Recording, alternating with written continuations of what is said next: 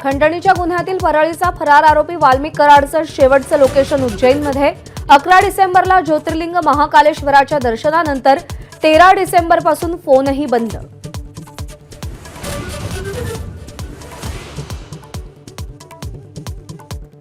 मस्साजोग सरपंच संतोष देशमुख हत्या प्रकरणातील चर्चित वाल्मिक कराड शरण येण्याची शक्यता, हालचालींना वेग, पोलिसात फक्त खंडणीचा गुन्हा दाखल।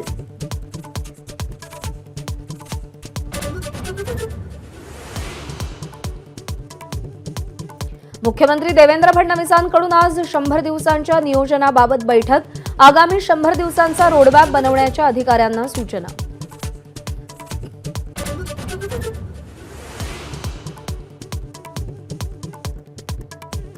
केंद्रीय मंत्री रामदास आठवले मस्साजोगमध्ये मयत सरपंच संतोष देशमुख यांच्या कुटुंबियांची सांत्वनासाठी भेट।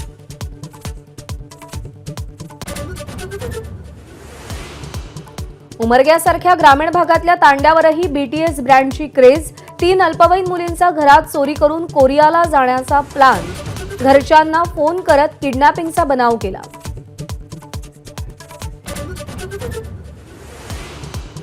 शालेय शिक्षण मंत्री दादा भुसे आज मंत्रिपदाचा पदभार स्वीकारणार। पदभार घेताना नाशिकहून आणलेली 50 शाळकरी मुलं उपस्थित राहणार।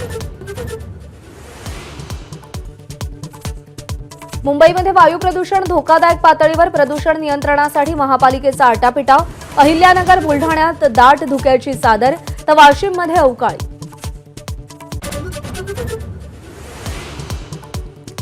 मराठवाड्यामध्ये आज वेळा अमावास्येचा उत्साह, लातूर धाराशिवमध्ये शासकीय सुट्टी, कुटुंबीय आप्तेष्टांसह मित्रांनाही शेतावरील जेवणाचं निमंत्रण।